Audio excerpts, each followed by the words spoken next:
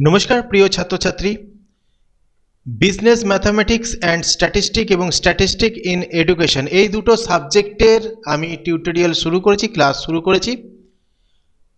বিগত ক্লাসে পর্ব 1 এ আর কি আমরা মিন নিয়ে আলোচনা করেছিলাম, মিনের সূত্র আলোচনা করেছিলাম, একটা অঙ্ক বুঝিয়েছিলাম। আজকে আরেকটা অঙ্ক আমি বুঝিয়ে দিচ্ছি তোমাদের, কিন্তু আগের অঙ্কর মতনই প্রসেস, সামান্য একটু চেঞ্জ হবে। যা আগের ভিডিওতে আমি বলেছিলাম একটা ক্লাস বাউন্ডারির ব্যাপার রয়েছে। তো দেখো গতদিন যে অঙ্কটা আমরা করেছিলাম সেটা এরকম দিয়েছে, দেখো 100 থেকে 120, 120 থেকে 140, 140 থেকে 160 এরকম ভাবে যাচ্ছে। কিন্তু এই অঙ্কটা দেখো 30 থেকে 39, 40 থেকে 49, 50 থেকে 59 এভাবে যাচ্ছে, অর্থাৎ এক কিন্তু কম রয়েছে, এখানে বেড়ে যাচ্ছে। দেখো 39, 40, ঠিক আছে, 49, 50, 59, 60 এরকম ভাবে। আগেরটাতে কিন্তু সেটা ছিল না, আগেরটাতে ছিল 120, দেখো এখানে সেম আসছে, এখানে 140, এভাবে 140, 160 এভাবে। তো এখানে ক্লাস বাউন্ডারি এটা বার করতে হবে। তো আমি দেখে দিচ্ছি ক্লাস বাউন্ডারি কিভাবে বার করবে। এখানে দেখো 30 থেকে 39, 40 থেকে 49, এখানে দেখো ধাপ 1 ফলো করো, শ্রেণীর সীমানা নির্ণয় এবং গণনার সারণী তৈরি।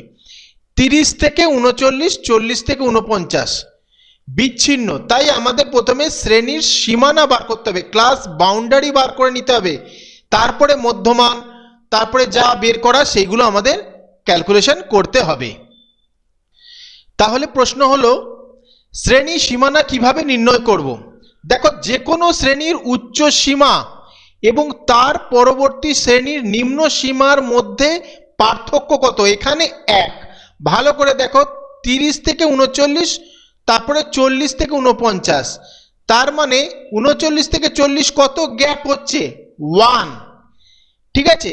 তাহলে 39 থেকে 40 গ্যাপ হচ্ছে 1, এই পার্থক্যকে 2 দিয়ে ভাগ করবে, 2 দিয়ে ভাগ করলে কত হচ্ছে 0.5, এটা দাঁড়াচ্ছে, ঠিক আছে। তাহলে প্রথম ধাপ কি, প্রথম ধাপ হলো যে গ্যাপটা হবে, যে শ্রেণীর সীমানা, যে শ্রেণীগুলোর মধ্যে উচ্চ সীমা এবং তার পরবর্তী শ্রেণীর নিম্ন সীমার মধ্যে, দেখো এখানের উচ্চ সীমা কত 39, 30 থেকে 39 এটা লোয়ার লিমিট, এটা আপার লিমিট। তো এটা নিম্ন সীমা, এটা উচ্চ সীমা। প্রথম উচ্চ সীমা কত 39, তারপরেরটা হচ্ছে 40, এর মধ্যে গ্যাপ 1, এইটাকে 2 দিয়ে ভাগ করবে, বেরোবে 0.5, যাই বেরোক এই অঙ্কের ক্ষেত্রে 0.5, তাহলে 0.5 বেরিয়ে গেল। এইবার এটা নিম্ন সীমানা থেকে বিয়োগ করবে আর উচ্চ সীমানা থেকে যোগ করবে, ছকের মাধ্যমে দেয়া হলো। দেখো শ্রেণী দিয়ে দিয়েছে, যে অরিজিনাল অঙ্কের যে দিয়ে দিয়েছে সেই শ্রেণীগুলো আমরা প্রথমে বসিয়ে নিলাম, প্রত্যেক ক্ষেত্রে শ্রেণীগুলো আমরা বসিয়ে নিলাম। তারপরে আমরা শ্রেণী সীমানা বার করব, অবশ্যই এই অঙ্কের ক্ষেত্রে বার করতে হবে।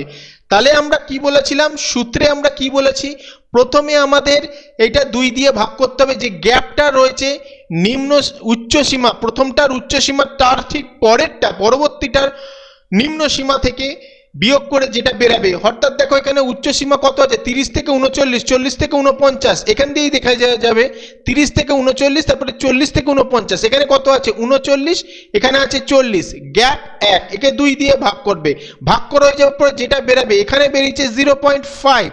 তাহলে প্রথমে তাহলে কি করবে, এই 30 থেকে 0.5 বাদ দেবে, 39 থেকে 0.5 যোগ করবে, মানে এটা হচ্ছে লোয়ার লিমিট, এটা হচ্ছে আপার লিমিট।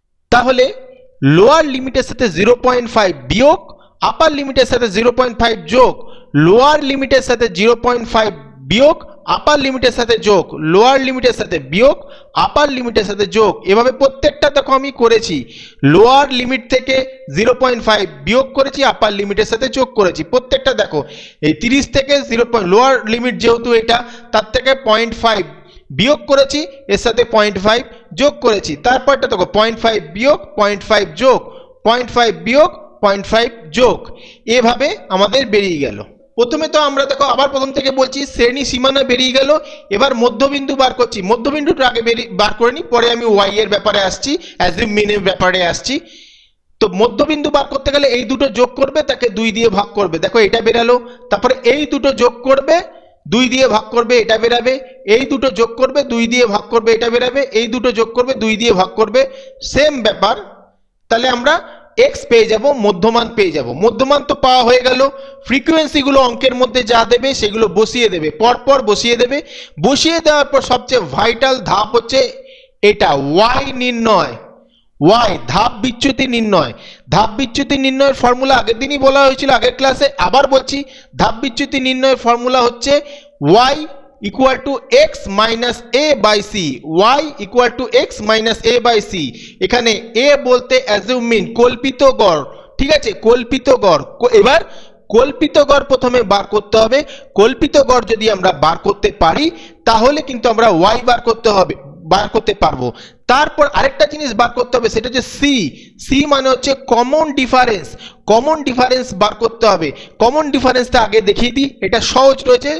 দেখো মধ্যবিন্দু তো আমরা বার করলাম, মধ্যবিন্দুর মধ্যে গ্যাপ দেখো, প্রত্যেকটা ক্ষেত্রে গ্যাপ দেখো 34.5 থেকে 44.5, 44.5 থেকে 54.5, 54.5 থেকে 64.5, 64.5 থেকে 74.5, এরম ভাবে 74.5 থেকে 84.5, প্রত্যেকটা ক্ষেত্রে গ্যাপ কিন্তু 10। তার মানে কমন ডিফারেন্স কত হচ্ছে মধ্যবিন্দুর মধ্যে? 10। তাহলে সি এর মান আমরা পেয়ে গেলাম 10। এবার এ বার করছি। ওয়াই বার করতে গেলে অবশ্যই এ দরকার।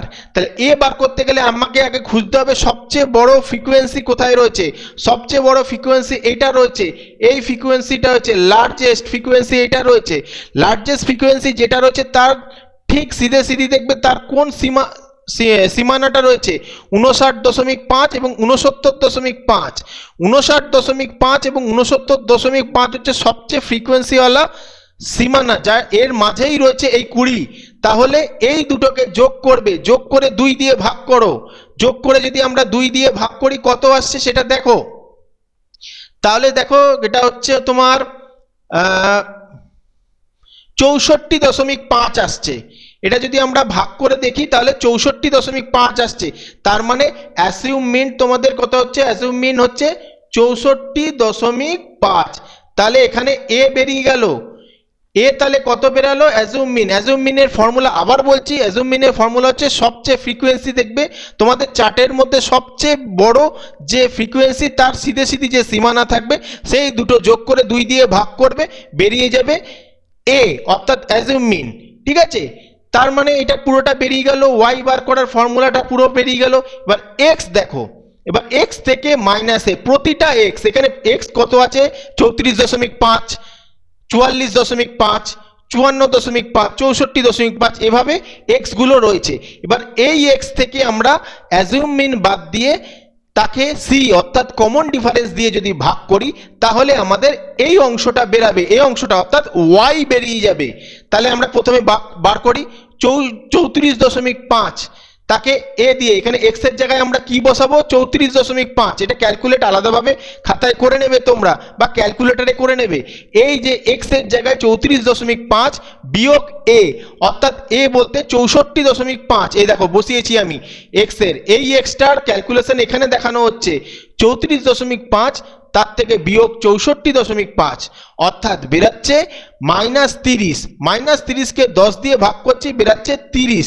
তাহলে প্রথমটার ওয়াই বেরিয়ে গেল, পরেরটার ওয়াই বের করছি। এর ক্যালকুলেশন দেখো 44.5, 44.5 থেকে 64.5 বিয়োগ দিচ্ছি, বিয়োগ দিলাম, তাহলে 20 হচ্ছে। 20কে 10 দিয়ে ভাগ করলাম, তাহলে -2। এভাবে আমরা ক্যালকুলেট করে যাচ্ছি, ক্যালকুলেট করে নেব প্রত্যেকটা ক্ষেত্রে এক্স থেকে বাদ দিচ্ছি, বাদ দিয়ে এই ক্যালকুলেশন পেলাম। এইবার একটা সহজ পদ্ধতি বলে দিচ্ছি, আগের দিনও বলেছিলাম, যে সীমানা যোগ করে আমরা অ্যাজিউম মিন পেয়েছি সেইটাকে এই জায়গাটায় 0 সবসময় লিখে নেবে, সবসময় 0 লিখে নেবে, এটা 0ই হবে। 0 যেহেতু হবে তাহলে তার ওপরেগুলো -1, -2 -3 -4 হবে। জিরোর ওপরে বন্ধুরা জিরো যেখানে হবে অর্থাৎ যেটাকে যে সীমানাটাকে আমরা অ্যাজিউম মিন হিসেবে ধরেছি, যেটা যোগফলকে 2 দিয়ে ভাগ করে অ্যাজিউম মিন পেয়েছি, সেটা তো জিরো হবেই। ভালো করে বোঝো, অবশ্যই জিরো হবে, কারণ সেম মান, কারণ এক্স এর মান আর অ্যাজিউম মিনের মান সেম হয়ে তো জিরো হয়ে যাচ্ছে। তাহলে সেটাকে জিরো ধরবে এবং তারপরের স্টেপটাকে -1, তারপরে যদি থাকে -2, তারপরে -3, এভাবে তোমরা করবে।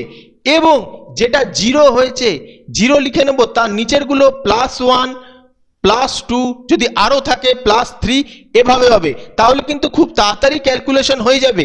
পরীক্ষায় তো আর এই জিনিসটা দেখবে না, দেখবে শুধু কতটা বসাচ্ছ, জিরো হচ্ছে -2 কোথায় বসছে, এইগুলোই হবে। এইবার লাস্টের part fy, f into Y, এটাকে আমাদের বার করতে হবে। f ইন্টু ওয়াই বার করা কোনো ব্যাপার না, f এর মান তো জানা হয়ে গেল, y এর মানও জানা হয়ে গেল, f এর মান তো অঙ্কে দিয়েই ছিল। তাহলে f আর y গুণ করবে শুধু। এই 12 রয়েছে, 12 ইন্টু 3, 3 12 36, -3 আছে তাই -36, 13 রয়েছে, 13 এখানে 13 রয়েছে আর এখানে -2 বেরিয়েছে y, 13 2 26, -2 রয়েছে তাই -26, 15 -1 রয়েছে, -15 হবে গুণ করলে 20, এখানে 20 বেরিয়ে 20 রয়েছে ফ্রিকোয়েন্সি আর y রয়েছে 0, 20 গুণ 0 তাহলে 0ই হচ্ছে। 5 রয়েছে এখানে ফ্রিকোয়েন্সি, এখানে y বেরিয়েছে 1, 5 1 5, তাহলে বেরালো 5, এখানে ফ্রিকোয়েন্সি 10 আর y হচ্ছে 2, তাহলে 5 2 10, 20, এখানে বেশ কিছু প্লাসে রয়েছে, বেশ কিছু মাইনাসে রয়েছে।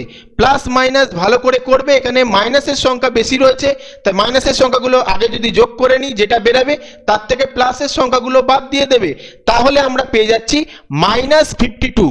এইদিকে আবার ফ্রিকোয়েন্সি যোগ করে পাচ্ছি 75, অর্থাৎ n এর মান পেয়ে যাচ্ছি 75। এবার দেখো ধাপগুলো আরেকবার তোমাদের ঝালিয়ে দিচ্ছি। ধাপ 2, ওয়ার্কিং নোট। দেখো উপরের নিয়ম অনুযায়ী প্রতিটি শ্রেণীর সীমানা নির্ণয় করা হয়েছে। দেখো শ্রেণী সীমানা বের করেছি। মধ্যবিন্দু বার করার ফর্মুলা আবার বলছি, নিম্ন সীমানা আর উচ্চ সীমানা তাকে 2 দিয়ে ভাগ করছি, তাহলে বেরিয়ে যাচ্ছে শ্রেণী দৈর্ঘ্য বা কমন ডিফারেন্স, যেটা আমরা বার করেছি। আপার বাউন্ডারি এবং লোয়ার বাউন্ডারি বার করে দেখা যাচ্ছে যে প্রত্যেকটা ক্ষেত্রে 10 গ্যাপ রয়েছে, বা মধ্যমান থেকেও আমরা এটা বার করতে পারি, 10 বেরিয়েছে।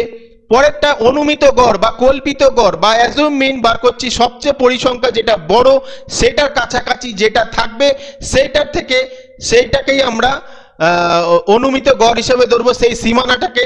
তার কাছাকাছি যেটা থাকবে 60.69, এখানে দেখো 60.69ই রয়েছে, তার কাছাকাছি রয়েছে এইটা। এই দুটো যোগ করে 2 দিয়ে ভাগ করলেও যা হবে, এই দুটো যোগ করে 2 দিয়ে ভাগ করলেও তাই হবে।